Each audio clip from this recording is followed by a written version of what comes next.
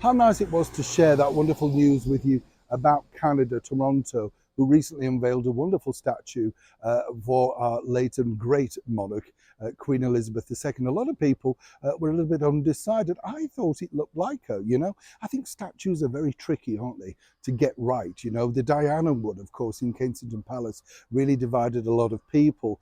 And I could see what the sculptor was hoping to do, putting children around her. But I kind of felt that it wasn't necessarily grabbing her beauty.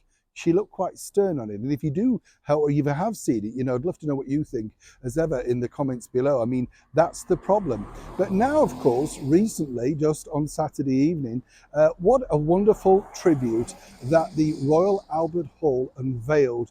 Not just one statue, but two. I don't know if you saw this. I just wanted to share this with you because we do have some news about it. But this, of course, was in celebrations of their 150 years of the Royal Albert Hall. Again, a lot of people forget just how powerful the late Queen Victoria was. And, of course, her Prince Regent, Prince Albert, named after him, of course. And there's a statue looking down of him towards the Royal Albert Hall. Nice touch, though, don't you think? Have you ever been in the Royal Albert Hall? I have appeared on that stage. Quite frightening. A lot of people. And they can get very close, dangerous with my act, as you can I'm pulling your leg, but do you know what I mean? They do feel very close. But of course, when they built that 150 years ago, remember, no amplification, no microphones, so you had to be able to be heard literally 5-6 tiers up. And that's the clever architecture of such a wonderful building.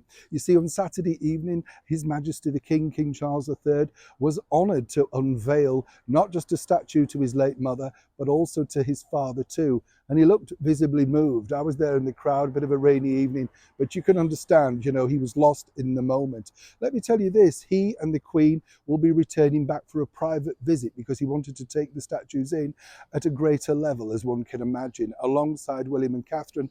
They're organising a private visit too. Only down the road, of course, from Kensington Palace, so not too far for them. Possibly hop on a bus, I kid you not. But if you are coming to London and you want to look at them, obviously they're outside and they're free. And the reason why I share this is, there's lots of good things to go and see. The Royal Albert Hall, when you go in, there is a cafe in there, not too pricey. But when you go in, it's great just to go and have a look around. There's some wonderful free pictures and history and all sorts of things that you can look at and think, wow, did this truly go on here?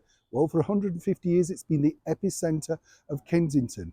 And now, the Duke of Edinburgh, His Royal Highness Prince Philip, and of course our wonderful monarch of 70 years, Queen Elizabeth II, looked down on all proceedings, meanwhile looking across at another long-reigning monarch, Queen Victoria. But you could see, as I say, how visibly moved His Majesty the King was. And it would take a very hard heart not to look and think, I know exactly what you're going through. Difficult times, as I'm sure you'll agree.